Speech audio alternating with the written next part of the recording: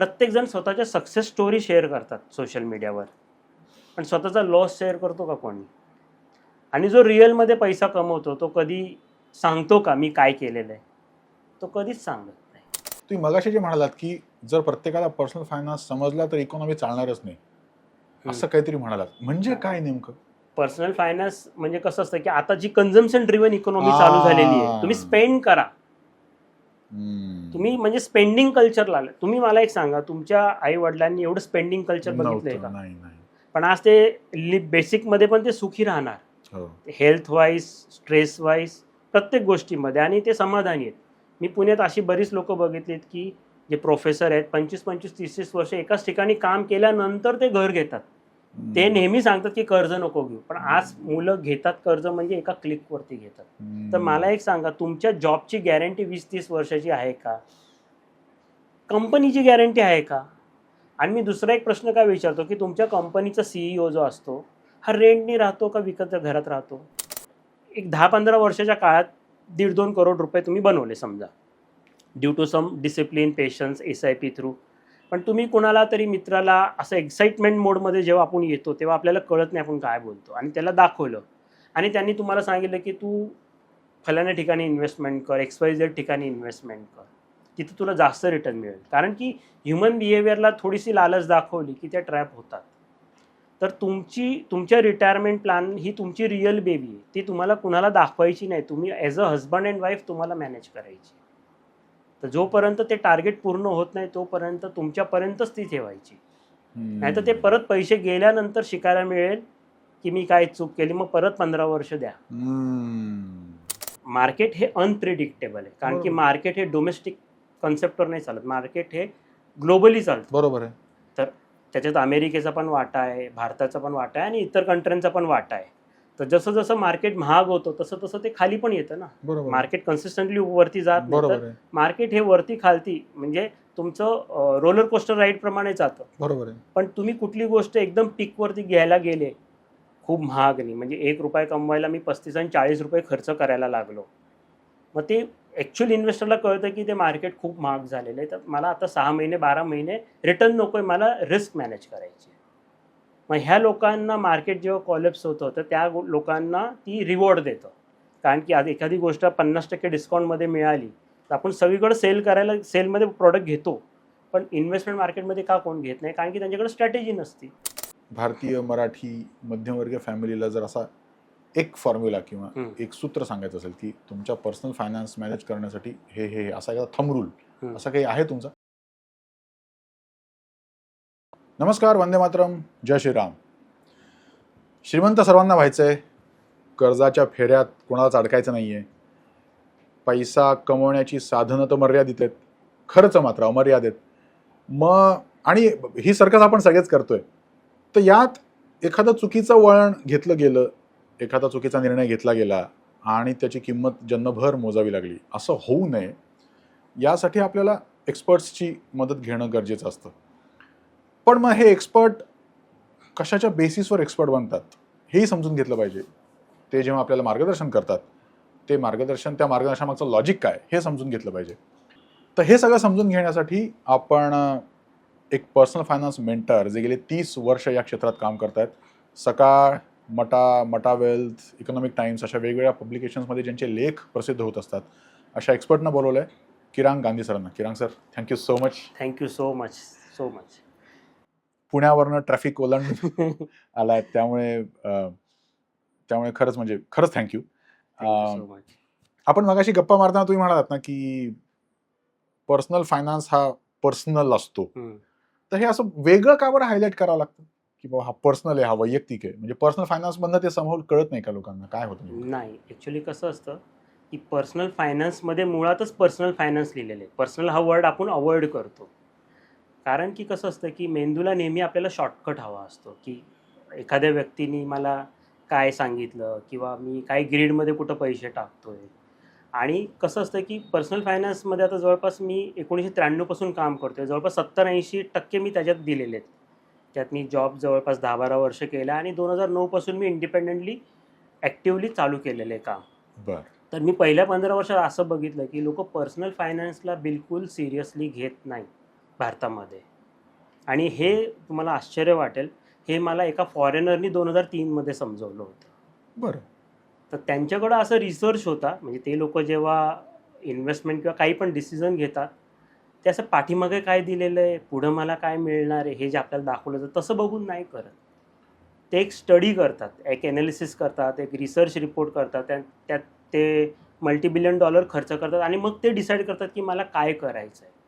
पण आपण काय करतो, आपण जे इन्फॉर्मेशन वर्ल्डमधल्या इन्फॉर्मेशन घेतो आणि करतो एकामेकाचं कॉपी पेस्ट. बिकॉज मेंदू जो असतो मानवी, हा नेहमी चीप डोपामाइनसाठी क्रिएट झालेला असतो. त्यांना बरोबर आहे. नेहमी शॉर्टकट हवा असतो. हम्म. त्यांना कुठली अकाउंटेबिलिटी नको आहे. म्हणजे आता फॉर एक्झाम्पल तुम्ही 2-3 वर्ष चांगले पैसे कमवले म्हणजे इन सेन्स मार्केटने दिले तुम्हाला रिवॉर्ड्स, पण तुम्हाला असं एक कॉन्फिडन्स येतो की मी खूप हुशार झालो आहे. आणि मग तो ओव्हर कॉन्फिडन्समध्ये झाल्यानंतर मग तुम्हाला तो प्रॉब्लेम तयार होतो जेव्हा मार्केट कोलॅप्स होतं. हम्म. आणि तर तसं बघायला गेलं तर पैशाची जी व्हॅल्यू असते ती पैसे असल्यावर नसते, ती पैसे गेल्यावर कळती की मी ही चूक का केली.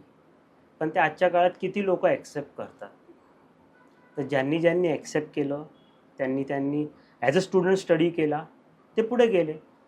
हम्म. बाकीचे लोक A to B, B to C ते ट्रॅव्हल करतात हम्म. नवीन एक्सपिरियन्ससाठी.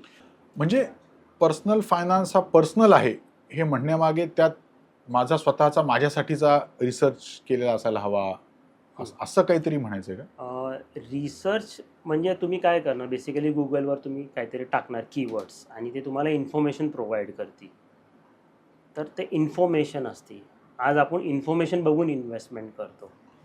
ते नुकसान झाल्यावर आपण नॉलेज शोधायला जातो की माझी काय चूक झाली. तर knowledge is a different part आणि information is a different part. तर जे रिअल इन्व्हेस्टर असतात ते इन्फॉर्मेशन बघून कुठलीच ॲक्शन घेत नाही.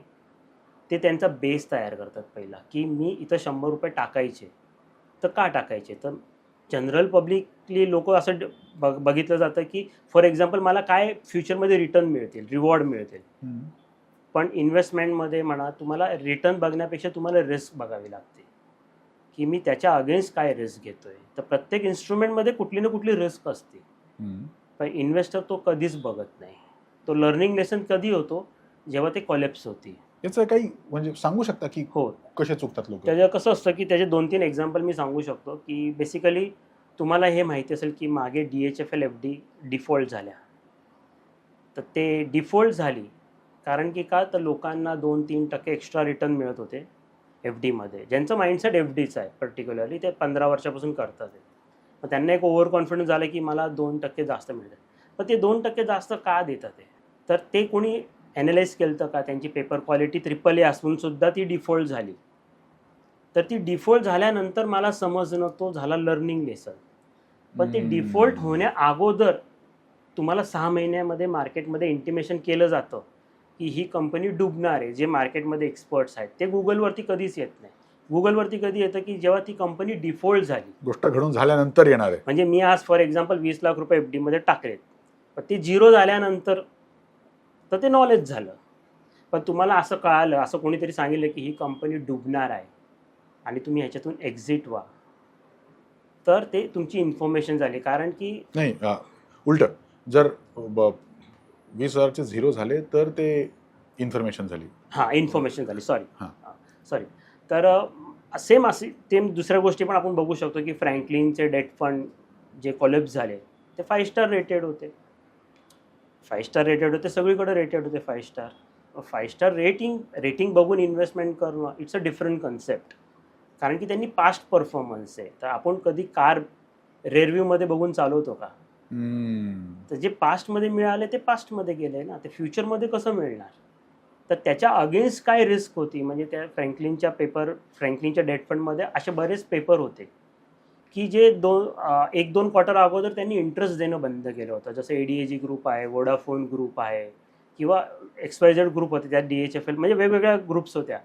पण त्याचा मार्क टू मार्क लॉसेस, म्हणजे तुम्ही आज 100 रुपये कुठेतरी गुंतवलेत, त्या लोकांनी कुठेतरी ते 100 रुपयाचे तुकडे करून गुंतवलेले आहेत ना. पण त्यातले जर 30-40 रुपये ह्या कंपन्या डुबणार आहेत, तर तो लॉस तुम्हाला बेअर करावा लागतो. तर ते कधी होतं, तो लॉस झाल्यानंतर मला रिअलाईज होतो. पण तुम्हाला ते अगोदर रिअलाईज झालं की हे पुढे जाऊन असं होणार आहे, तर जनरली 5-6 महिन्या अगोदर मार्केटमध्ये मुवमेंट होतात, जे मार्केटमध्ये काम करतात ते.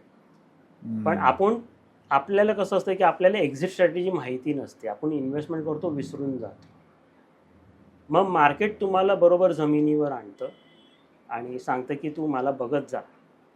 प्लस अजून एक एक्झाम्पल सांगायचं झालं तर कोविडचा फॉल आला 40%चा वॉटेवर. किती असे लोक आहेत की ज्यांनी कोविड फॉल येण्याच्या 5-6 महिन्या अगोदर त्यांनी इक्विटी 20-30% विकल्या, आणि त्यातले किती टक्के असे आहेत की कोविड-19मध्ये जेव्हा मार्केट 40%, बँक निफ्टी 50% खाली गेल्यावर त्यांनी बाय केलं? कोणीच नाही. पण ही तर माहितीच नव्हतं ना सर. मग हे माहिती, म्हणूनच मी म्हणतो ना, मार्केट हे अनप्रिडिक्टेबल आहे. कारण की बरोबर. मार्केट हे डोमेस्टिक कन्सेप्टवर नाही चालत, मार्केट हे ग्लोबली चालतं. बरोबर आहे. तर त्याच्यात अमेरिकेचा पण वाटा आहे, भारताचा पण वाटा आहे आणि इतर कंट्र्यांचा पण वाटा आहे. तर जसं जसं मार्केट महाग होतं तसं तसं ते खाली पण येतं ना. बरोबर. मार्केट कन्सिस्टंटली वरती जात नाही, बरोबर तर आहे. मार्केट हे वरती खालती म्हणजे तुमचं रोलर कोस्टर राईड प्रमाणे जातं. बरोबर आहे. पण तुम्ही कुठली गोष्ट एकदम पीकवरती घ्यायला गेले, खूप महाग नाही, म्हणजे ₹1 कमवायला मी 35 आणि ₹40 खर्च करायला लागलो, मग ते ॲक्च्युअल इन्व्हेस्टरला कळतं की ते मार्केट खूप महाग झालेलं आहे, तर मला आता 6 महिने 12 महिने रिटर्न नको आहे, मला रिस्क मॅनेज करायची. मग ह्या लोकांना मार्केट जेव्हा कॉलेप्स होतं तर त्या लोकांना ती रिवॉर्ड देतं. कारण की आज एखादी गोष्ट 50% डिस्काउंटमध्ये मिळाली तर आपण सगळीकडे सेल करायला, सेलमध्ये प्रॉडक्ट घेतो. पण इन्व्हेस्टमेंट मार्केटमध्ये का कोण घेत नाही? कारण की त्यांच्याकडे स्ट्रॅटेजी नसते. स्ट्रॅटेजी म्हणजे कशी असते की तुमचं मार्केट खाली होणार आहे कधी ना कधी, टाईम बिंग 2-4 महिने, 6 महिने, वर्षभर, मग परत कव्हर होईल. पण त्यावेळेस तुम्ही किती पैसे एक्स्ट्रा इन्व्हेस्ट केले? कारण की तुम्ही जेव्हा मार्केट महाग होतं तेव्हा तुम्ही ओव्हर प्राईसमध्ये सगळी गोष्ट बाय करत बसले. त्यामुळे तुम्हाला जेव्हा, जसं वॉरेन बफे म्हणतात की जेव्हा सगळेजण बाय करतात तेव्हा तुम्ही सेल करा. सेम वे, तर तुम्ही मार्केट महाग असताना किती सेल केलं? आता त्याचा फायदा असा झाला आपल्या इन्व्हेस्टरला की ज्यांनी कोविड-19च्या फॉलमध्ये बाय केलं 15-20 दिवसाचा, जो पण टाईम पिरियड मिळाला महिन्याभराचा, त्यांचं रिटायरमेंट 5 वर्ष अगोदर झालं. एवढा फरक असतो. म्हणजे प्राइस वर्सेस व्हॅल्यूचं ॲप्रिशिएशन मिळतं तुम्हाला. तुम्ही अजून एक वाक्य मगाशी बोललात, आपण आधी गप्पा मारल्या तेव्हा, की इन्व्हेस्टमेंटची सुरुवात ही इन्व्हेस्टमेंटवरनं न होता अवेअरनेसवरनं होते. तर ते याबद्दलच बोलताय? हां, अवेअरनेस म्हणजे कसं असतं की आता कसं असतं की आपण इंडियन्स लोक थोडेसे इमोशनल आहेत. म्हणजे असं 90sच्या काळामध्ये लोक FD करायचे बिकॉज 15-16%चं रिटर्न होते, 2%चं इन्फ्लेशन होतं, तर रिअल रेट ऑफ रिटर्न तुम्हाला 12-13% मिळायचे. तर त्याच माइंडसेटने मी आज FDमध्ये इन्व्हेस्टमेंट केली तर चालणार का? तर जसं मार्केटचे सेंटिमेंट बदलतात, सेक्टोरियल डिमांड सप्लाय बदलतं, तसं तुम्ही स्वतःला पण चेंज करणं गरजेचं आहे. म्हणजे लोक ते नाही करत. मग काय करतात लोक? मग समजा माझ्या आजोबांनी FDमध्ये टाकले, माझ्या वडिलांनी इन्शुरन्समध्ये टाकले, किंवा माझ्या भावानी इक्विटीमध्ये टाकून तो डुबला. ते उदाहरण नका घेऊ, ते लर्निंग लेसन घ्या की त्यांची चूक काय झाली आणि ती चूक मी का नाही करू शकत. हे प्रश्न तुम्ही जर स्वतःला विचारला ना तर त्याचं उत्तर तुम्हाला ऑटोमॅटिकली मिळतं.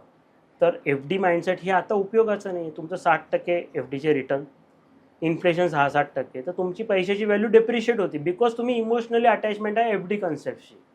तर तसंच प्रत्येक गोष्टीमध्ये तुम्ही जेव्हा मार्केट सायकलमध्ये इमोशनली अटॅच होता तर तुम्हाला प्रॉब्लेम एक होतो की तुम्ही एक्झिट नाही होत. तर एक उदाहरण सांगायचं म्हणजे मी माझा पर्सनल एक्सपिरियन्स सांगतो की बिफोर .com बबल, म्हणजे जेव्हा .com बबल झालं 99मध्ये, तेव्हा पण मी एक स्टुडंट म्हणूनच होतो.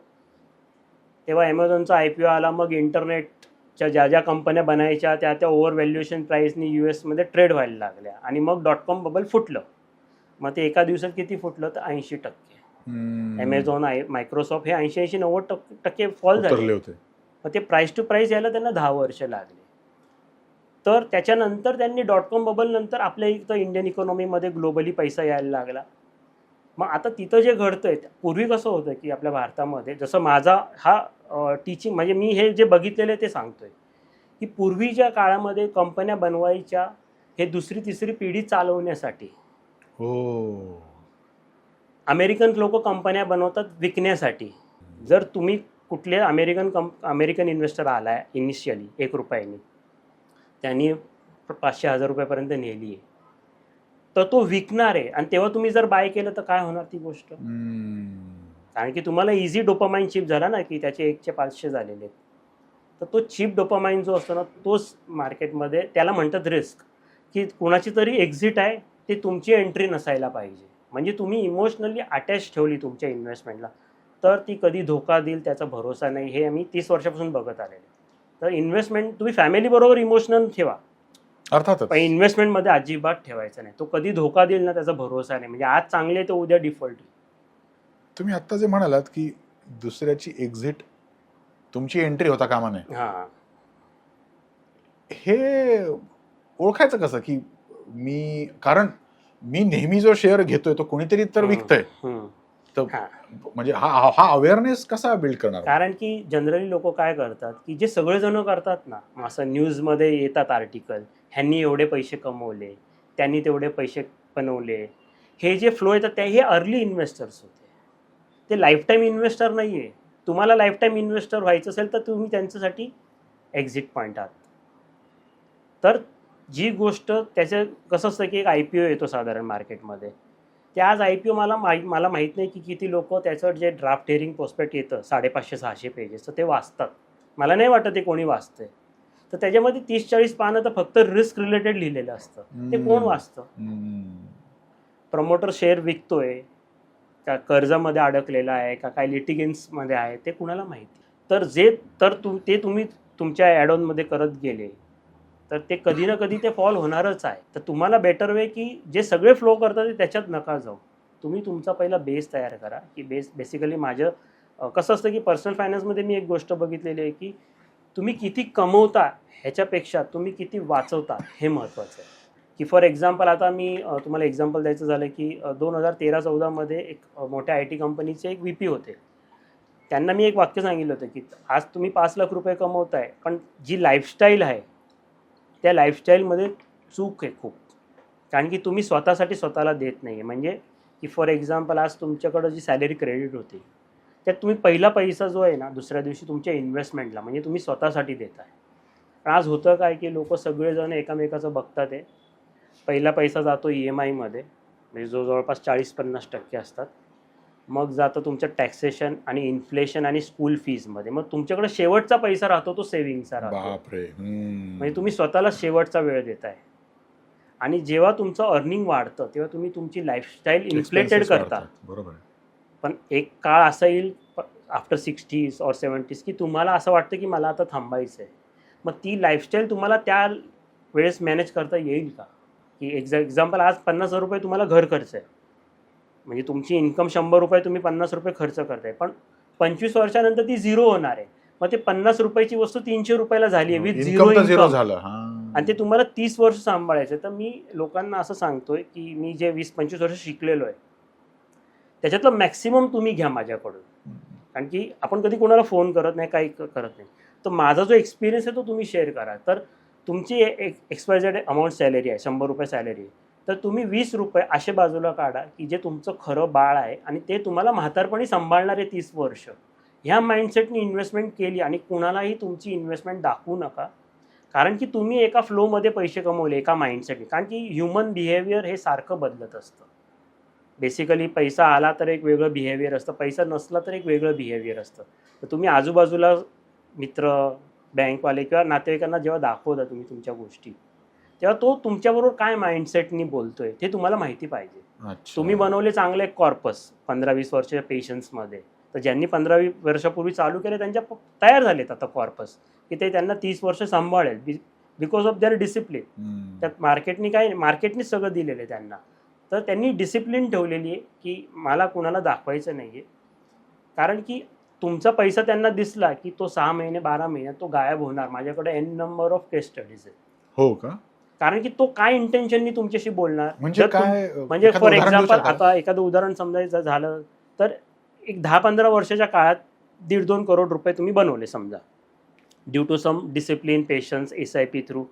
पण तुम्ही कुणाला तरी मित्राला असं एक्साइटमेंट मोडमध्ये जेव्हा आपण येतो तेव्हा आपल्याला कळत नाही आपण काय बोलतो आणि त्याला दाखवलं आणि त्यांनी तुम्हाला सांगितलं की तू फलाण्या ठिकाणी इन्व्हेस्टमेंट कर, XYZ ठिकाणी इन्व्हेस्टमेंट कर, तिथे तुला जास्त रिटर्न मिळेल. कारण की ह्युमन बिहेवियरला थोडीशी लालच दाखवली की त्या ट्रॅप होतात.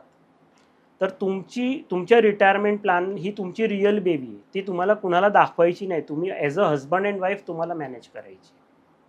तर जोपर्यंत ते टार्गेट पूर्ण होत नाही तोपर्यंत तुमच्यापर्यंतच ती ठेवायची. नाही तर ते परत पैसे गेल्यानंतर शिकायला मिळेल की मी काय चूक केली, मग परत 15 वर्ष द्या. तर मी असं सांगत असतो की पहिले 25 वर्ष तुम्ही आयुष्याला शिक्षणाला वगैरे देतो आपण, मग पुढचे 25-30 वर्ष आपण रेंट देतो, EMI देतो, N number of XYZ experiment करत राहतो, ट्रायल अँड एरर. इथं चांगला पैसा बनला, तिथं इथं बनला, इथं. हे देण्यापेक्षा 25 वर्षापैकी तुम्ही फक्त 15 वर्ष व्यवस्थित डिसिप्लिननी द्या, की जे तुमचं खरं बाळ आहे आणि तुम्हाला 30 वर्ष सांभाळणार आहे. ह्या माइंडसेटनी इन्व्हेस्टमेंट करा. किती टक्केवारी हे मार्केट डिसाईड करतं, कुठला व्यक्ती डिसाईड नाही करत किती टक्के मिळणार. कारण की तुम्ही काय मार्केटमध्ये इन्व्हेस्टमेंट केली होती ना आता काय मार्केट आहे, तर त्याचा फरक असतो. तर जेव्हा मार्केट महाग होतं किंवा असं काही गोष्टी घडतात, तेव्हा तुम्ही थोडीशी तुमचं इक्विटीचं कॉम्पोजिशन कमी करायला पाहिजे. म्हणजे एक्झाम्पल बघितलं तर आज वॉरेन बफे जे आपण त्याला मानतो, त्यांचं तुम्ही कॅश आणि इक्विटी रेशो बघा किती आहे त्यांचा हां. तर वॉरेन बफे सरांचा जो आता कॅश एक्सपोजर आहे ते मार्केटमध्ये 58% कॅश होल्ड करतात ते 400 बिलियनची, आणि रेस्ट ऑफ इक्विटीमध्ये त्यांची. मग जर ते एवढे जाणकार आहेत, त्यांनी एवढी कॅश ठेवलेली आहे, त्याच्या मागे काहीतरी त्यांचा स्टडी असेल, म्हणजे वर्षानुवर्षाचा त्यांना अनुभव असेल की मार्केट महाग झाले म्हणून सगळेजण करतात ते, म्हणूनच मी ते करत राहिलो, तर मी ट्रॅप होणार वर्षभरात. तर तुमच्याकडं कधी कधी कॅश ही तुमच्यासाठी खूप चांगल्या पद्धतीने काम करते. जेव्हा मार्केट 30-40-50% फॉल झालं, त्यांनी फायदा एकच होतो की तुमचं रिटायरमेंट 5 वर्ष लवकर होतं, आणि तुम्ही अशी किटी तयार करा की जी 30 वर्ष तुम्हाला सांभाळणार. रिटर्न ही मार्केटची कन्सेप्ट आहे, तुम्ही रिटर्न माइंडसेटमधनं काढून टाका. कारण की रिटर्न तुम्ही खराब मार्केटमध्ये किती इन्व्हेस्टमेंट करताय आणि चांगल्या मार्केटमध्ये किती एक्झिट करताय ह्यावर. तर सगळेजण काय करतात की पर्सनल फायनान्स म्हणजे पर्सनल का मी सांगतोय की सगळेजण एकमेकाचं कॉपी करतात. कुठली तरी गोष्ट महाग झाली ना तर ते फोमोमध्ये जातात, फिअर ऑफ मिसिंग आउट. तो कमवतोय पैसे, ती कमवते पैसे, म्हणून मी टाकायचे. प्रत्येकजण स्वतःच्या सक्सेस स्टोरी शेअर करतात सोशल मीडियावर, पण स्वतःचा लॉस शेअर करतो का कोणी? आणि जो रिअलमध्ये पैसा कमवतो तो कधी सांगतो का मी काय केलेलं आहे? तो कधीच सांगत नाही. तर त्याच्यामुळे असं सांगतो की मी कधी कधी कॅश तुम्ही ठेवली हे खूपच प्लस पॉईंट असतो मार्केटमध्ये. तुम्ही मगाशी बोलता बोलता म्हणालात ना की तुमची इन्व्हेस्टमेंट हे तुमचं बाळ आहे आणि नवरा बायकोंनी ते सांभाळायचं. तसं पर्सनल फायनान्समध्ये मग नवरा बायको दोघांनी मिळून तो क्राफ्ट करणं खरंच. आपण जेव्हा 2010 पासून मी जेव्हा चालू केलं ना, तर इन बिटवीन 93 to 2010 मध्ये मी एन नंबर ऑफ लोकांना भेटलो होतो. म्हणजे तेव्हा मी ॲज अ एम्प्लॉय म्हणून होतो, पण मी सगळ्यांमध्ये काही काही प्रॉब्लेम बघितलेत. प्रत्येक माणसाचे काही ना काही प्रॉब्लेम असतात. फक्त प्रॉब्लेम काय असतो की ते तुम्ही कधी आयडेंटिफाय करता. तुम्ही अर्ली एजमध्ये करताय का आफ्टर दी एज ऑफ 60 करताय, ते तुमच्या नशिबावर आहे. तर मी एक गोष्ट बघितली की for example A as a person आपण हजबंड पकडू, बी ॲज अ वाईफ पकडू. तर एक जण अर्न करतोय आणि त्याला सगळं फायनान्शियली तो अवेक आहे, पण शेवटी आपण करतोय कुणासाठी? ॲज अ फॅमिली म्हणून. करेक्ट.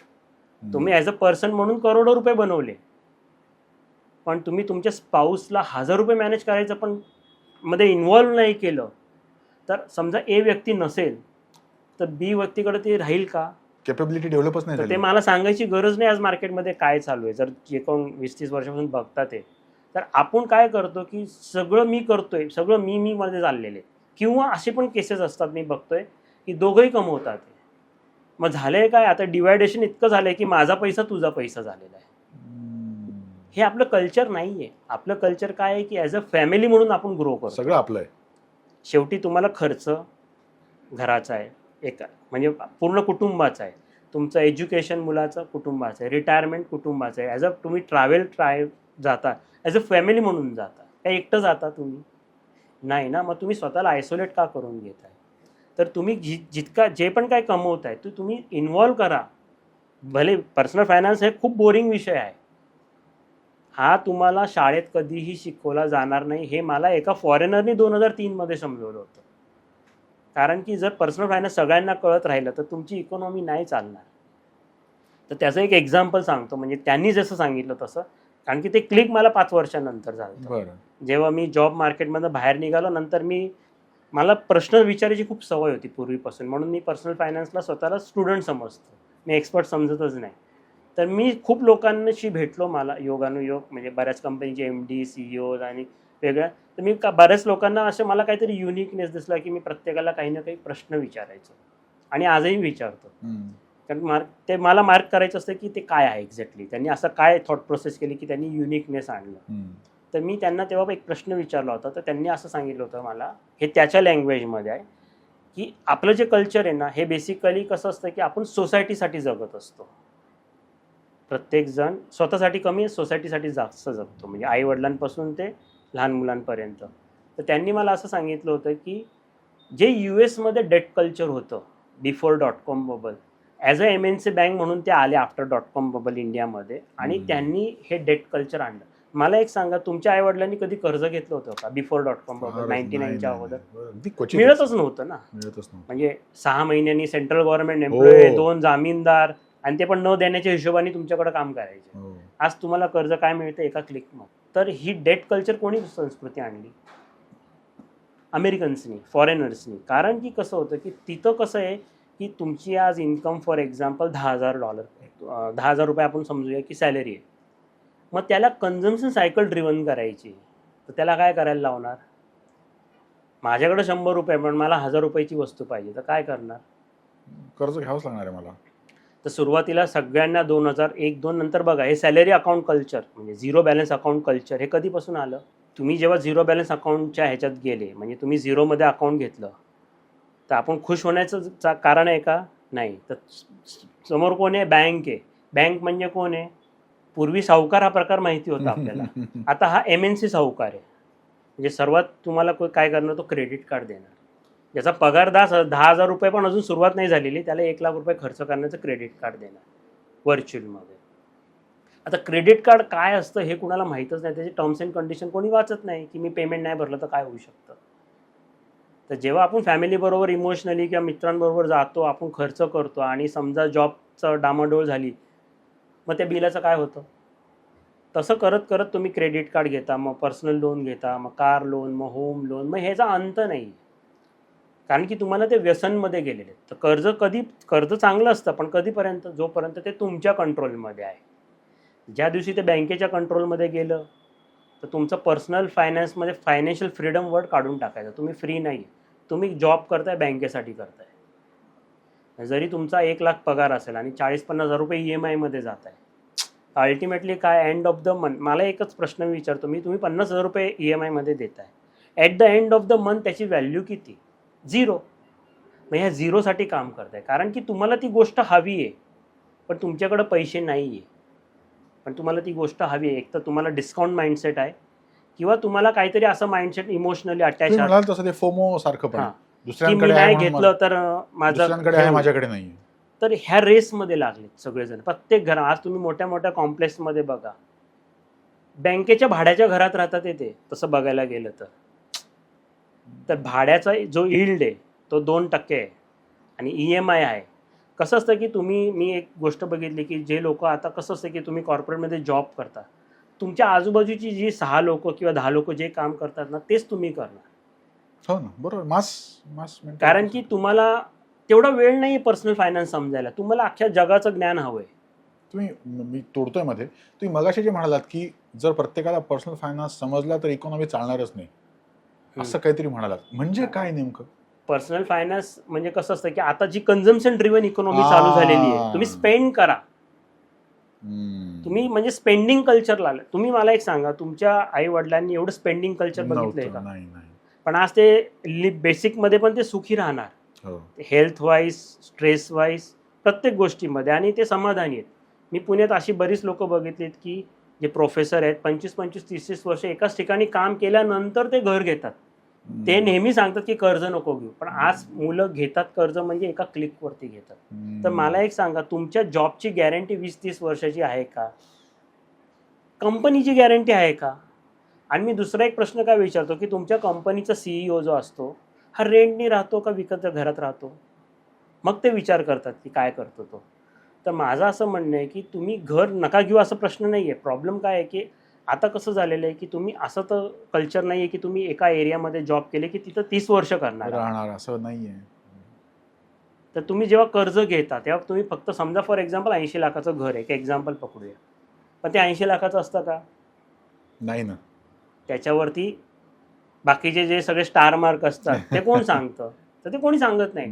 मग रजिस्ट्री, स्टॅम्प ड्युटी, मग फलाना चार्ज, हा चार्ज, तो चार्ज, मग शेवटी ती कधीतरी बांधून होती सोसायटी, आणि मग त्याच्यामध्ये तुम्ही इंटिरियर वगैरे करतात 20-30 लाखाचा खर्च, आणि दुसऱ्या वर्षी होतो तुमचा जॉब ट्रान्सफर.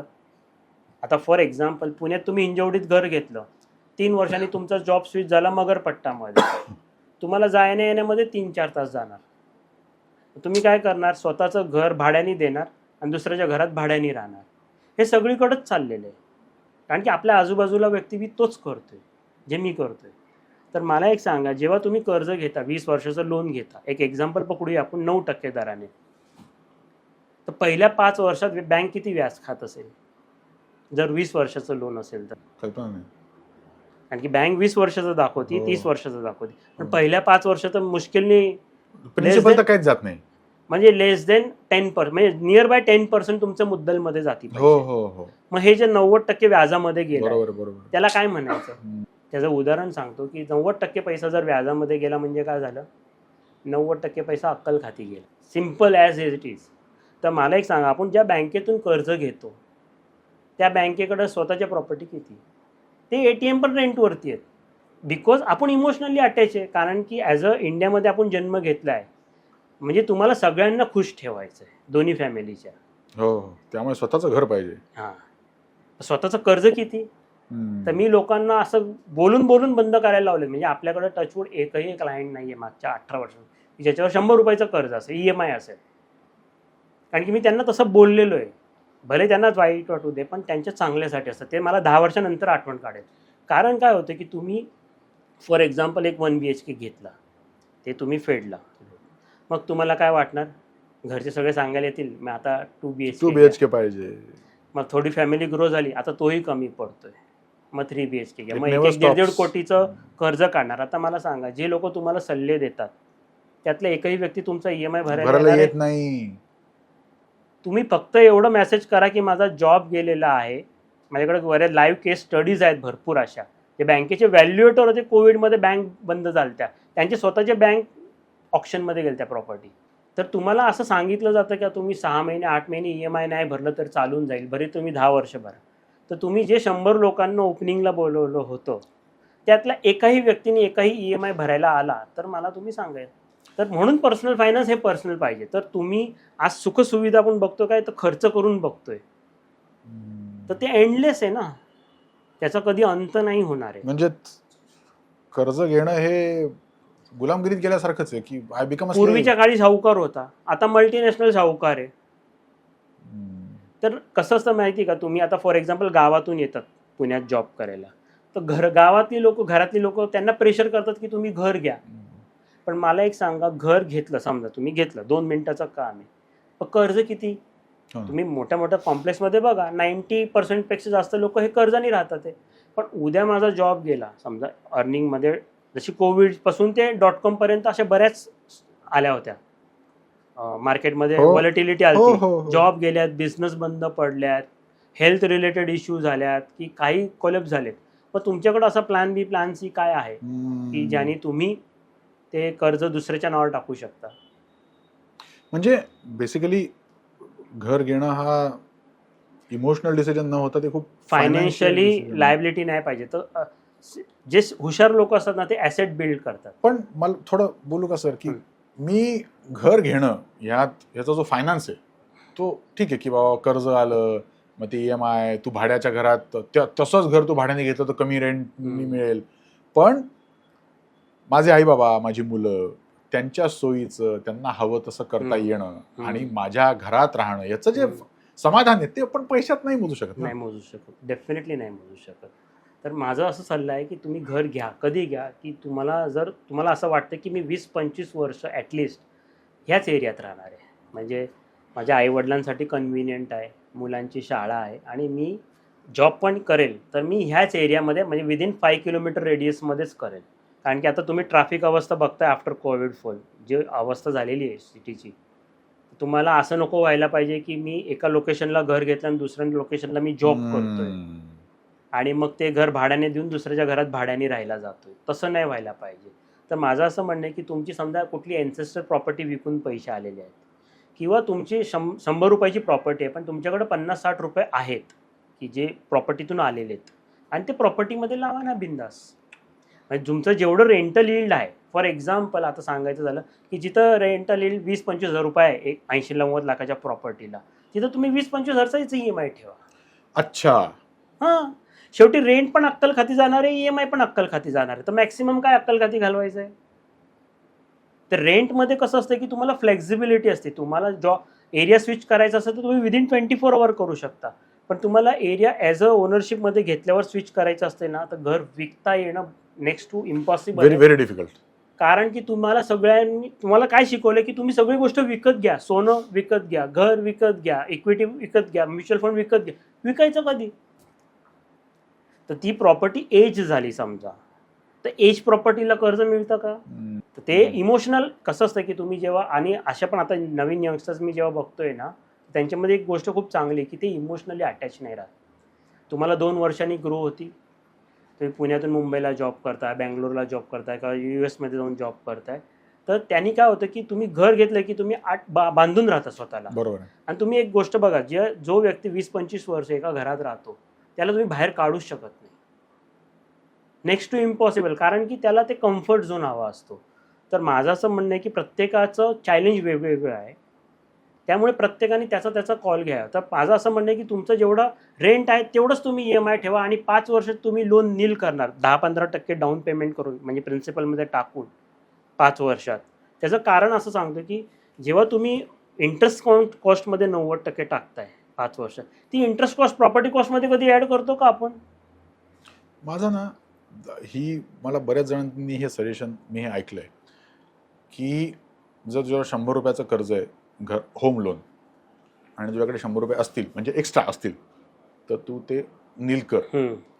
माझ्या मनातला प्रश्न असा आहे सर की मला भलेही ते आधी माझ्याकडनं तो रेट ऑफ इंटरेस्ट, तो आधी इंटरेस्ट घेतो आणि मग तो प्रिन्सिपल घेतो, हे डिस्ट्रीब्युशन मला माहिती आहे, पण त्या 10 वर्षांच्या कालावधीत मी 100 रुपयांचं माझं लोन फेडण्याऐवजी मी ते 100 रुपये म्युच्युअल फंड्समध्ये टाकले जर, तर मला इकडे जे काही 8% रेट ऑफ इंटरेस्ट आहे, इकडे तर मला 12, 13, 14 मिळू शकतो.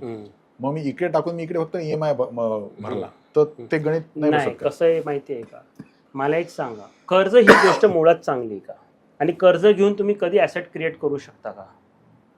जर हा आता ह्या बेसिक गणित- प्रश्न. हा बेसिक प्रश्न आहे. तो गणित आपण नंतर मांडूया, पण हा बेसिक प्रश्न आहे. नाही, पण या गणितात बघितलं तर असं वाटतं ना, पण समजा फॉर एक्झाम्पल अनफॉर्च्युनेटली तुमचा जॉब गेला for example, that risk is आणि there. तुमची EMI राहिली आणि तुम्ही 6 EMI नाही भरले, तर बँकेची नोटीसची वाट बघणार का? आणि मार्केट समजा कॉलेप्स झालं 50%, मग त्या केसमध्ये तुम्ही काय कसं करणार? करणार? तर मार्केट लिनियर डिरेक्शनमध्ये नाही राहत ना. मार्केट हे मार्केट आहे. मार्केटला आजपर्यंत कोणीही समजू शकलो नाही. तर बरोबर. तुम्हाला असं वाटलं की मी करतोय ते राईट आहे, तर तो तुम्हाला मार्केट आहे ते बरोबर शिकवतो की तुम्ही कसा राईट आहे. तर तो जमिनीवर, माझं असं म्हणणं आहे की जोपर्यंत तुमच्या डोक्यावर कर्ज आहे ना, तोपर्यंत तुम्ही बँकेची ॲसेट क्रिएट करताय. तर आता मार्केटमध्ये रिटर्न तयार होतात, ते ह्या लालचीने तुम्ही जर इन्व्हेस्टमेंट केली तर तुमची कॉस्ट ऑफ इन्व्हेस्टमेंट काय असणार? ही महाग असणार ना. मग तुम्हाला ते रिटर्न नाही मिळणार जे आफ्टर कोविड फॉल ज्यांनी टाकले होते ते. तर तुमची रिस्क जास्त झाली. तर रिस्क रिवॉर्ड रेशो बघत नाही आपण, फक्त रिटर्न बघतो. तर रिटर्न हे आयुष्यभर नाही मिळणार आहे, वरती खालती होणार आहे. होत राहणार आहे. तर 1-2 वर्ष खराब असणार, 4-5 वर्ष चांगले असणार आहे. तर कर्ज घेऊन दुसरी गोष्ट काय असते की तुमच्या डोक्यावर कर्ज नसलं ना, की सगळ्यात पहिलं काय होतं माहिती आहे? चांगली झोप लागते. खरंय, आज ज्याच्या डोक्यावर कर्ज होतं कोविडमध्ये, त्यांची अवस्था बघा काय खरंय, होती. खरंय, खरंय, अगदी खरंय. म्हणजे इतकं भीतीचं वातावरण होतं की मी ते सांगू नाही शकत. तर टचवूड आपल्या कुणाकडं लोन नव्हतं, म्हणजे असे कोण केस स्टडीज नव्हते आले, तर मी तर लोकांना PF, EPF जे काय पण असेल ते सगळं पहिलं कर्जमध्ये टाका. तुम्हाला पहिलं आझाद करा. तुम्ही आता गुलाममध्ये आहात MNC सावकाराच्या, आणि हे एंडलेस आहे. तुम्ही आज 50 लाखाचं फेडलं की तुम्ही उद्या 1 कोटीचं घेणार आहे, द एज ऑफ 45. कारण की जी गोष्ट इझिली मिळते ना, तीच मला चांगली वाटते. कारण की माझ्या फॅमिलीच्या हिशोबाने कसं असतं की मी घर घेतलं म्हणजे माझी प्रगती झाली. आता त्यांनी कधी कर्ज काढलं होतं का 90sच्या एरा लोकांनी? मला एक सांगा सर, तुम्ही हे 2-3दा म्हणाल आतापर्यंत, म्हणून मला थोडं इंटरेस्टिंग वाटतं की तुमच्याकडे असे कोणीही नाही आहेत ज्यांच्यावर कर्ज आहे. म्हणजे तुमच्याकडे क्लायंट आले आणि तुम्ही त्यांचं कर्ज फेडायला मदत केली. कंपल्सरी. कसं त्यांना मी जर समजवतो. जर तुमच्या समोर आज एक बसलोय मी, मला कर्जमुक्त व्हायचं, कर्ज म्हणजे बँक कशी चालते, इकॉनॉमी कशी चालते, इक्विटी कशी चालते, डेट मार्केट, गोल्ड मार्केट कसं चालतं आणि रिअल एस्टेट कसं, त्यांचा मी बेस त्यांना समजवतो. ओके. कारण की आपण इन्फॉर्मेशन वाचतोय ना, तर त्यांना मी नॉलेज देतो की हे काय असतं एक्झॅक्टली, की हे कशा पद्धतीने चालतं. आणि आता मला सांगा, तुम्ही सगळ्यांचं बघून केलं, कारण की तुम्हाला झिरो बॅलन्स अकाउंट मिळालं, मग तुम्हाला इझी क्रेडिटच्या ट्रॅपमध्ये घुसले. बरोबर. आणि आज कंपनीची अवस्था काय आहे बघा. तुमची स्वतःचे जॉब सोडून द्या, कंपनी स्वतः राहते का नाही त्याची गॅरंटी नाही आहे. तर एट द एज ऑफ 45 पर्यंत जर तुम्ही किती तयार तुमची नाही केली, मग तुम्ही जन्म घेऊन काय उपयोग आहे. मग तुम्हाला असं 50च्या एजमध्ये रिअलाइज होईल की मी जेवढा पैसा कमवला, एक तर मी टॅक्समध्ये गेला, दुसरा इन्फ्लेशनमध्ये गेला आणि 50% पैसा फक्त EMI मध्ये गेला. मी नावाचे पैसे बनवले जे फक्त 3-4 वर्ष चालेल समाधानासाठी. तर माझं असं म्हणणं आहे की तुम्ही जेव्हा, असे माझ्याकडे भरपूर उदाहरण आहेत की फॉर एक्झाम्पल 90,000चा EMI, मी त्यांना लिटरली सगळं समजवल्यानंतर सांगायचो की तुम्ही रात्री झोपताना असा विचार करायचा की मी 3,000 रुपये पर डे रोज अक्कल खाती टाकतोय, ज्याची रिअल व्हॅल्यू काही नाही आहे, जे तुम्हाला वाटतंय तसं. कारण की तुम्ही घेतलेली घर विकून दाखवा. नाही, मला हे समजलं, मला त्याचं महत्व पटलंय. म्हणजे जर मी तुमच्याकडे समजा आलो, मला पटलं की माझा जो EMI आहे तो मी थांबवला पाहिजे, म्हणजे पूर्ण कर्ज फेडलं पाहिजे, पण पैसे आणू कुठून? तर तुमच्याकडं समजा फॉर एक्झाम्पल तुम्ही एक तर पहिली गोष्ट तर कर्ज घेताना हा पहिला विचार करायचा. कारण की आपल्याला जसं इझी सगळं गोष्ट घेतो ना, तर आपण स्वतः विचार नाही करत, आपला कंट्रोल दुसऱ्याच्या हातात जातो. त्यामुळे आपण आपला कंट्रोल पहिल्या स्वतःच्या हातात घ्यायचा. बरोबर. तर म्हणजे हजबंड अँड वाईफ दोघांनी का इन्व्हॉल्व्ह व्हायचं, कारण की एकाचा इमोशन्स असतात, एकाची इंटेलिजन्स असते. तर कसं होतं की दोघं आले ना तर तुम्ही वेल्थ क्रिएट करताय, नाहीतर तुम्ही फक्त एक एक्सपिरियन्स क्रिएट करताय की माझी काय चूक झाली. बरं. तर ते अवॉइड करण्यासाठी ह्या गोष्टी करायच्या असतात. कारण की एका डिरेक्शनमध्ये चालणारा असेल, त्यांनी वेल्थ बनवली पण बीला त्या डिरेक्शनमध्ये नाही घेतलं, तर तो पुढे जाऊन प्रॉब्लेम होणार होता. आता तो तुमचा प्रश्न काय होता, मला परत माझा प्रश्न हा की मला पटलंय की मी कर्जमुक्त व्हायला हवं, पण पैसे नाहीत ना कर्जमुक्त व्हायला. त्याला हळूहळू करा ना. मी लोकांना लिटरली सांगितलं की तुम्ही 25,000 रुपये टाका. तुमच्या प्रिन्सिपल आउटस्टँडिंग मध्ये किती प्रिन्सिपल आउटस्टँडिंग आहे ना, जोपर्यंत झिरो होत नाही ना तोपर्यंत तुम्ही काहीच करू नका. दुसरं काही विकत घेऊच नका. तुमच्याकडे ज्या काही इन्शुरन्स पॉलिसी आहे, ज्या काही पण डेट रिलेटेड इन्व्हेस्टमेंट आहेत, म्हणजे PF वगैरे, हे सगळं कर्जमध्ये टाका. कारण की तुमच्या घरावर तुमची पाटी आहे, पण त्याच्या मागे तुमची बँक आहे. हे कुणा तुम्ही घराच्या ऍट दिस मोमेंट, सॉरी मी खूप तोडतोय मध्ये, कारण प्रश्न खूप येतात मला. नाही हरकत नाही. म्हणजे मी माझ्या सेफ्टीसाठी, सिक्युरिटीसाठी आता जर काही इमर्जन्सी आली तर त्यासाठी जे पैसे ठेवलेत ते मी कर्जमुक्तीसाठी लावावे, तर मग आली उद्या इमर्जन्सी. नाही, कसं आहे माहिती का, तुम्ही एक इमर्जन्सी म्हणून ठेवलेले आहेत पैसे, बरोबर आहे, पण तुमच्या डोक्यावर कर्ज पण आहे. तर मला तुम्ही त्याचं कॅल्क्युलेशन सांगू शकता की एक एक्झाम्पल देऊन तर मी तुम्हाला त्याच्यावरती सांगू शकतो. आय मीन रॅन्डम नंबर की बाबा माझा 50,000 समजा EMI आहे आणि माझ्याकडे आता EMI मध्ये जेवढा पैसा जातोय म्हणल्यावर मी सेव्हच किती केले असतील, 10 लाख समजा सेव्ह केलेत. आता हे 10 लाख मी काय हिशोबाने सेव्ह केले की जर उद्या काही मेडिकल इमर्जन्सी आली, जर काही लागली तर तुम्ही त्यासाठी सगळ्यात बेस्ट म्हणजे मेडिकल इन्शुरन्स घ्या, बेस्ट. आता मला सांगा, जी पॉलिसी 20-25 रुपयामध्ये मिळते त्यात तुमच्या पॉकेटमध्ये 10 लाख रुपये घालण्याची गरज आहे का? सगळ्यात पहिलं तुम्हाला एक टर्म इन्शुरन्स घ्यायचा, दुसरा एक हेल्थ इन्शुरन्स फॅमिलीचा पाहिजे, बाकी कुठलाही इन्शुरन्स नको. हे 2 इन्शुरन्स बेसिक पाहिजे. त्याच्यानंतर तुमचे इन्व्हेस्टमेंटचे पॅटर्न पाहिजे. तर तुमची डेट ओरिएंटेड जी इन्व्हेस्टमेंट आहेत की, कारण की त्यांचे रिअल रेट ऑफ रिटर्नच 1 and 2% आहे, म्हणजे 8-9% अप्रॉक्सिमेट. मग ते तुमच्यासाठी ॲज लॉंग एज लायबिलिटीज झाली ना.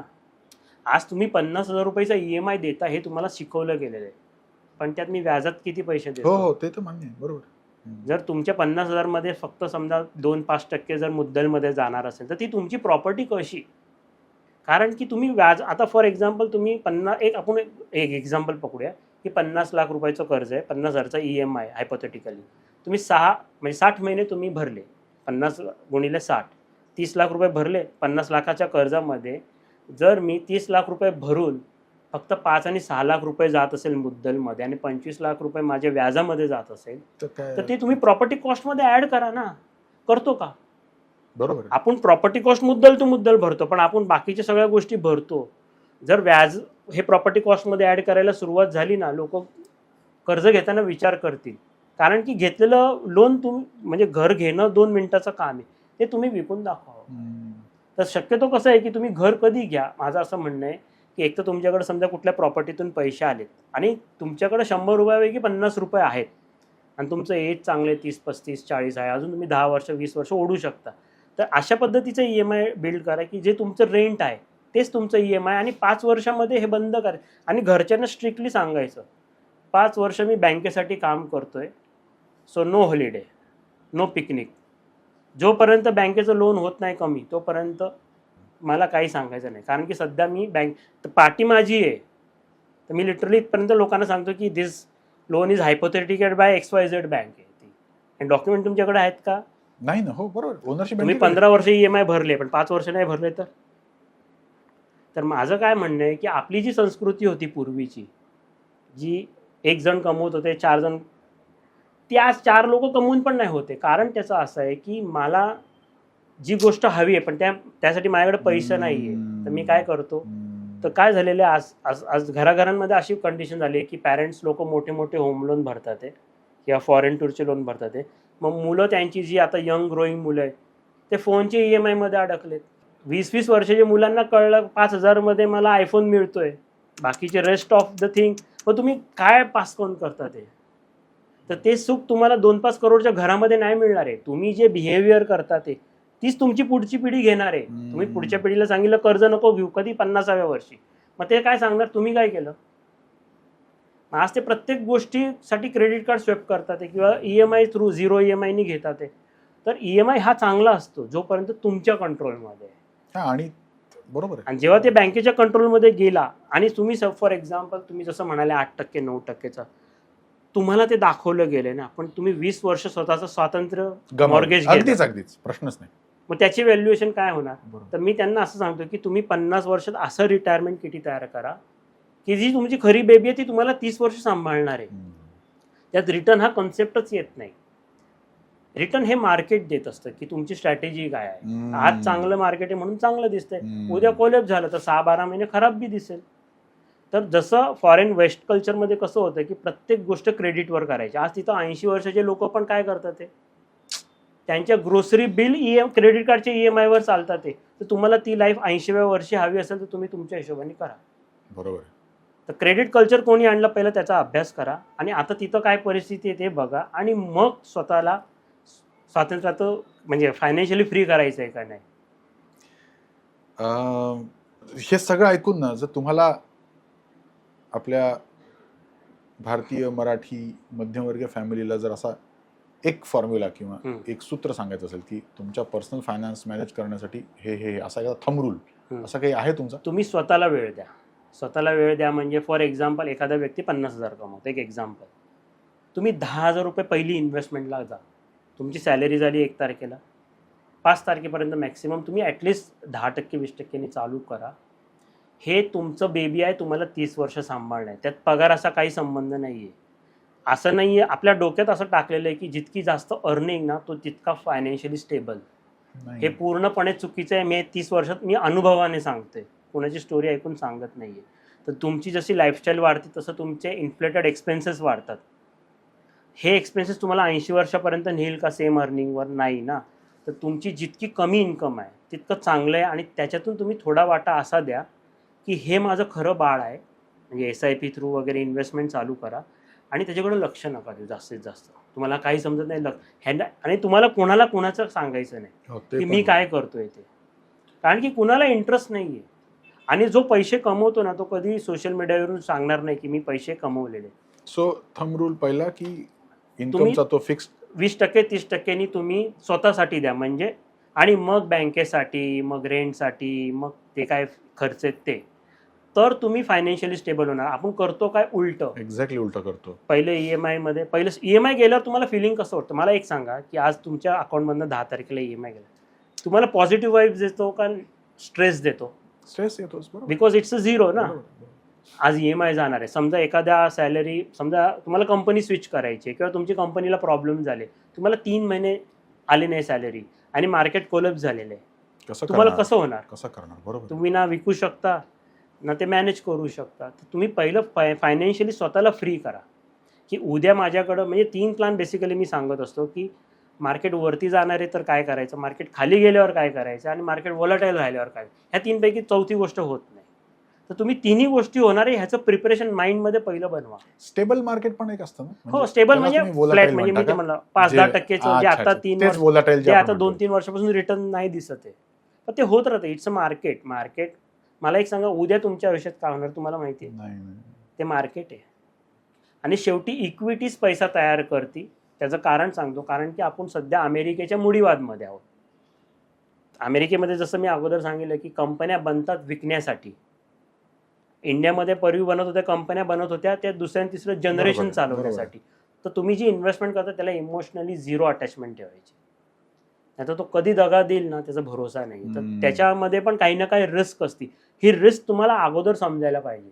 लोक काय होतात की ते डुबल्यानंतर इन्फॉर्मेशन वर्ल्डमध्ये येतं आणि मग विचार करायला जातात की मी चूक काय केली. तुम्ही तुमच्या एवढ्या 30 वर्षांच्या अनुभवात तुम्हाला काही अशी उदाहरणं म्हणजे लक्षात येत ज्यांनी सगळं व्यवस्थित होतं, फक्त काहीतरी गडबड केली डिसिजन मध्ये? आणि आता भरपूर सांगायचं आहे. आता 2010 मध्ये जसं मी रेंटचं शिकवलं होतं लोकांना 2009-10 मध्ये, असे आहेत म्हणजे 2-4 केस स्टडी. तर मला असे पण माहिती आहे की चांगला असा कॉर्पस तयार केलता 2021-22 पर्यंत, म्हणजे लिटरली ते कॅशमध्ये 2 बंगलो पुण्यात घेऊ शकतील. बरं.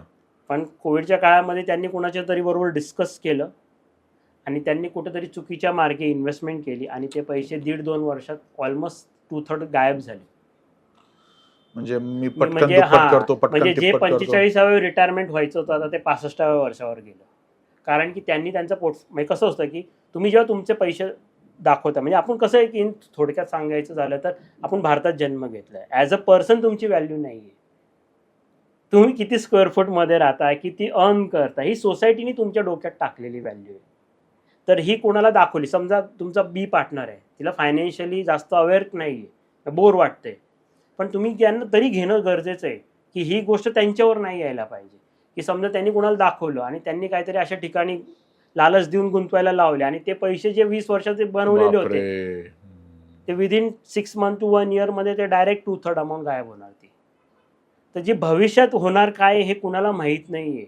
तर जे भविष्यात होणार आहे ते भविष्यात होणार आहे आणि जे पाठीमागे गेलं ते पाठीमागे गेलं, तर त्याला सोडून द्यायचं. तुम्ही आज काय करू शकता तो विचार करायचा आणि त्याप्रमाणे प्रोसेस करायचं. बऱ्याच लोकांनी असे पैसे घालवले आणि त्यांनी पर्सनल फायनान्समध्ये अदर पार्टीजला इन्व्हॉल्व्ह केलं आणि समोरच्याचा इंटरेस्ट त्याच्यामध्ये होता हे नंतर कळतं. आणि हे मला वाटतं प्रत्येक घरामध्ये ही सिच्युएशन आहे, मी बघत आलेलो आहे किंवा आजूबाजू पण तुम्हाला दिसतील अशी सिच्युएशन. म्हणून मी म्हणतो की as a couples, as a family जर तुम्ही पर्सनल फायनान्सला व्हॅल्यू दिली, एक सुरुवातीचे वर्षातून, मी काय सांगतो, वर्षातून फक्त 15 मिनिटं द्या. आपण काय करतो की बऱ्याच गोष्टींना बऱ्याच वेळ देतो, ज्याच्याशी आपल्याला काहीही संबंध नसतो. ज्याचा काही फायदा होणार नाही. काही फायदा पण नाही, नुकसान पण नाही, बिकॉज इट्स अ डोपामाइन, म्हणजे जे समोर येतं ते आपण बघत राहतो. पण आपल्याला काय करायचं हे आपण कधी प्रश्न विचारतो का की आज उद्या माझी इन्कम 0 झाली तर मला 30 वर्ष कोण सांभाळणार? कारण की पुढच्या पिढीला त्यांचे चॅलेंज असणार आहेत. तर तुमचं बिहेवियर ही पुढची पिढी बघणार आहे. तुम्ही 50 वर्षापर्यंत कर्ज भरलं आणि तुम्ही त्यांना सांगितलं की नाही बाबा ते बरोबर नाही आहे, तर तुम्ही घ्या, माझं असं ऑपोज नाही आहे कर्जमध्ये, तर ते तुमच्या कंट्रोलमध्ये पाहिजे. नाही तर तुम्ही करोडो रुपयाचं कर्ज घेतलं आणि उद्या जॉब गेल्यावर काय करणार? माझ्याकडे तर n number of case studies आहेत, म्हणजे असं बघायला गेलं तर जॉब म्हणजे म्हणून सांगत असतो सगळ्यांना की पैसे गेल्यावर पैशाची व्हॅल्यू कळते. म्हणून तुमचं पर्सनल फायनान्स हे पर्सनल असायला पाहिजे. तुम्ही एचं बी बरोबर, बीचं सी बरोबर कम्पेअर नाही करू शकत माइंडसेट, कारण की प्रत्येकाचं रिस्क वेगळं आहे, प्रत्येकाचं फायनान्शियल बॅकग्राऊंड वेगळं आहे आणि प्रत्येकाचं फायनान्शियली फ्रीडम वेगळं आहे. तर हे आपण करू शकतो, असं म्हणजे कमीत कमी मध्ये करू शकतो असं. मग हे थोडं जर प्रिसाईज करायचं म्हणलं की एक 30-35 वर्षाचा हा, या वयातच मोठं कर्ज घेतलं जाऊ शकतं, या वयातच मोठं घर घेतलं जाऊ शकतं, कार लोन आजकाल 25-28 वर्षांची मुलंही घेतात, पण आपण 30-35 ची रेंज जर पकडली तर तो जो रूल आहे तुमचा, तो अजून प्रिसाईज काही वेगळ्या प्रकारे रूल हा थंब रूल हा बनवलेला असतो, तो चांगला पण असतो पण वाईट पण असतो. कारण की मार्केट हे रूल प्रमाणे नाही चालत. जर मार्केट तुमचं रूल प्रमाणे चालत, समजा फॉर एक्झाम्पल तुम्ही कुठल्या कंपनीत जॉबला गेले, इकॉनॉमी आहे शेवटी, अमेरिकेकडून सगळं येतं, वर्ल्डमध्ये मंदी असेल आणि तुमचा जॉब नसेल तर तो थंब रूल प्रमाणे चालणार आहे का? तर माझं असं म्हणणं आहे की जी पुढची पिढी आहे ना, जनरली असं बघण्यात आलेलं आहे की मागच्या पिढीला जे करायला 30 वर्ष लागली ना ते पुढच्या पिढीला 30 महिन्यात करायचं असतं. तर आणि तुम्ही समजा एखाद्या शहरात जेव्हा शिफ्ट होतात ना, तर तुमचे पॅरेंट्स जर गावात असेल ना, तर त्यांना सारखं असं बोललं जातं की तुमचा मुलगा भाड्याच्या घरात का राहतोय. मग ते टॉर्चरून ते घर घेतात आणि मग ते लोकेशन चेंज झालं की ते स्वतःचं घर भाड्याने देतात, दुसऱ्याच्या घरी भाड्याने राहतात, कारण की ते घर विकलंच जात नाही, कारण की रेंटल इल्ड मिसमॅच आहे सगळा. तर आज तुम्हाला 80,000 रुपयाचा EMI द्यायचा, स्ट्रेस घ्यायचं, मेंटेनन्स द्यायचा मंथली, आणि मग झोपायचं का 20-25,000 रुपये भाड्यात देऊन मी एक अटॅचमेंट नाही ठेवायची, आणि मला जसं ऑपॉर्च्युनिटी येते तर तुम्ही घर घ्या. 45-50व्या वर्षी तुम्ही एक चांगला कॉर्पस तयार करा. 30 ते 35 मध्ये घेण्याची गरज नाही. तुम्ही 45-50, तुमचं हे एज जे आहे ना, हे कमाईचं एज आहे. तुम्हाला अपॉर्च्युनिटीज आहेत. आज तुम्हाला समजा US मध्ये चान्स मिळाला तर तुम्ही का नाही जाणार 2 वर्ष 4 वर्ष. तुम्हाला अदर लोकेशनमध्ये चान्स मिळणार. घर घेऊन तुम्ही स्वतःला बांधून ठेवताय. तर माझं असं म्हणणं की त्या काळातल्या लोकांच्या काही गोष्टी चांगल्या होत्या की ते कर्ज काढायचे नाही, मुळात त्यांना मिळायचंच नाही, पण त्यांचे एक इमोशन्स होते की घरानीच आपली सोसायटी आपल्याला व्हॅल्युएशन करते. खरंय. ते पुढच्या पिढीवर लादू नये. म्हणजे फॉर एक्झाम्पल भाड्याने राहून कमीपणा ठेवू नये. तुझ्या डोक्यावर कर्ज किती हा प्रश्न विचारा मुलांना. आणि उद्या जॉब गेला तर काय म्हणजे तुझ्याकडे प्लॅन बी आहे, असा प्रश्न घरच्यांनीच मुलांना विचारायचा. प्रॉब्लेम काय होतं की घरचेच त्यांना सांगतात की 2 BHK घे, 3 BHK घे, पण जॉब गेल्यावर काय करणार हा प्रश्न कोणी विचारत नाही. मला थोडा आता काय विचार वाटते सर, राहत्या घरासाठी कर्ज घेऊन राहतोय वगैरे हे करू नको, किंवा ते मग 45 वर्षी वगैरे कर, हे मला आलं लक्षात. पण इन जनरलच तुम्हाला असं वाटतं का की घर ही काही म्हणजे मला राहायचं नाहीये पण इन्व्हेस्टमेंट म्हणून मी एक BHK कुठेतरी घेऊन ठेवला वगैरे, करावं की करू नये? नाही, त्याचं सारांश सांगतो. पहिलं तर आपण रेंट वर्सेस EMIचं स्ट्रक्चर समजा. 20,000 रुपये मी अक्कलच्या खात्यात घालवतो आणि 80,000 रुपये घालवतो. मी ते मान्य आहे.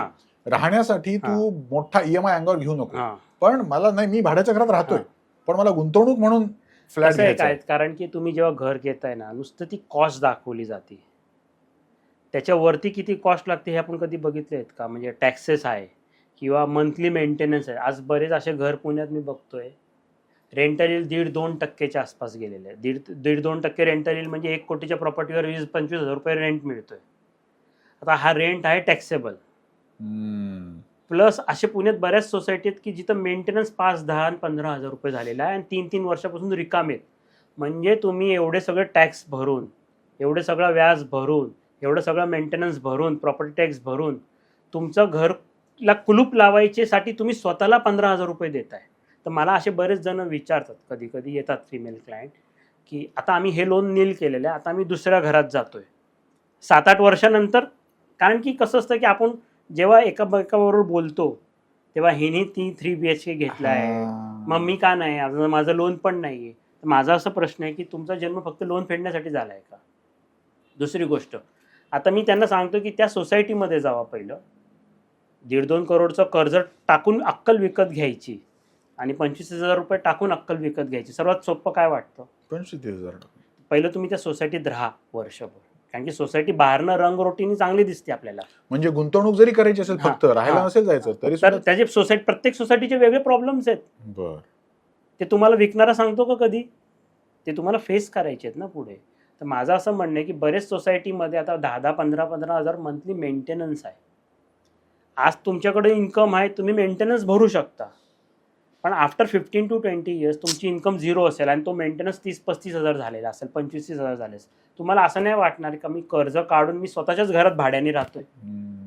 किंवा असं पण बघितलेलं आहे की बऱ्याच सोसायट्यांमध्ये, उच्चभ्रू सोसायटीमध्ये 3-3, 4-4 वर्षापासून भाडे करूच नाही बिकॉज ऑफ हाय रेंट. तर म्हणजे कुलूप लावायचे मी 20,000 आणि 15,000 रुपये देतोय, तर ती माझी ॲसेट आहे का ती ॲक्च्युलीमध्ये? तर ती सोसायटीची ॲसेट झाली. तर मी कुणासाठी काम करतोय, सोसायटीसाठी का स्वतःसाठी? तर याच्यात सगळ्यात एक बेस्ट फॉर्म्युला मी असं शोधला आहे. म्हणजे 15 वर्षात मला रिअलाइज झालं की बेसिक प्रॉब्लेम काय. तुम्ही किती कमवताय ना हे तुम्ही कोणाला सांगूच नका. फक्त हस्बंड वाईफ डिस्कस करा, पण तिसरी कुठलीही व्यक्ती नाही पाहिजे. कारण की सोसायटी तुम्हाला जस्टिफाय करते इन्कमनी, तिथंच तुम्ही ब्रेक करून टाका. जर तुम्ही इन्कम सांगितली माझी मंथली 5 लाख रुपये, मग तुम्हाला 1 करोडची गाडी घ्यायला सांगणार, नाही तर 1.5 करोडचं घर घ्यायला सगळे सल्ले देणार. आणि ऑटोमॅटिकली काय होणार की तुमच्या आजूबाजूचे लोक जे करतात तेच तुम्ही करणार. त्यापेक्षा तुम्ही बेसिक सॅलरी सांगा, अकाउंट स्टेटमेंट कोणी बघत नाही. तर पर्सनल फायनान्स हे म्हणून पर्सनल पाहिजे की तुम्ही स्वतः तुमचं फायनान्शियली फ्री राहायचं आहे. म्हणजे म्हातारपणी तुम्हाला आपली पिढी होती की जे आपण पॅरेंट्स बरोबर राहिलो, पण पुढच्या पिढींचं त्यांना जशी अपॉर्च्युनिटी मिळेल तशी ती मूव्ह होणार. पण जर तुम्हीच कर्ज काढून ट्रॅप झाले तर तुम्ही त्याला कसे सल्ले देऊ शकणार? बिकॉज ही ग्लोबल इकॉनॉमी आहे. ते कुठेही जाणार, ते कर्ज घेणारच आहे. तुम्ही नाही सांगू शकत नाही. फक्त त्याला एक एज्युकेशन करायचं की ते तुझ्या कंट्रोलमध्ये. तर माझं असं सारांश आहे की तुम्ही तुमची इन्कम कधीही कुणाला सांगू नका. बेसिक जी इन्कम असते ना 50,000 60,000 तेवढीच सांगायचं की माझं टॅक्समध्ये जातात पैसे, सोसायटीमध्ये जातात, फीजमध्ये, माझ्याकडे पैसेच राहत नाही. कारण की सल्ले द्यायला सगळे येणार आहे, पण माझा जॉब गेल्यावर EMI भरायला एक पण व्यक्ती येणार नाही माझ्याकडे. तर ही परिस्थिती येऊ नये म्हणून हे करायचं. तर तुम्ही सोसायटीला खुश करू शकत नाही. हा, म्हणजे सोसायटीला खुश करण्याच्या नादात किंवा सोसायटीमध्ये मिक्स मॅच होण्याच्या नादात की माझ्या बाजूचे सगळे करतायत म्हणून मला करायचं. कदाचित त्याच्याकडे कॅशचा पैसा असेल किंवा त्याच्याकडे प्लॅन बी असेल, नाही, किंवा तोही माझ्यासारखा दुसऱ्या कोणातरी बघून अडकला असेल. हु नोज, सगळेच अडकलेत, सगळेच अडकलेले आहेत. पण मला एक सांगा, कोण सांगतं का मी अडकलेलो आहे? ते तर तेच ना, तेच. जर तुम्ही जोपर्यंत तुमचा प्रत्येक आयुष्यात चुका करतो, पुन्हा चुका कधी नाही होत. जेव्हा मी ॲक्सेप्ट केलं की मी चूक केलेली आहे आणि आता मला ह्याच्यातून बाहेर पडायचं आहे, तर ह्याच्यासाठी मला सोल्युशन स्वतःहून सापडतं. पण मी चूक करू शकत नाही ह्या व्यक्तीला तुम्ही काय समजू शकत का? त्याला ते मार्केट समजवतं.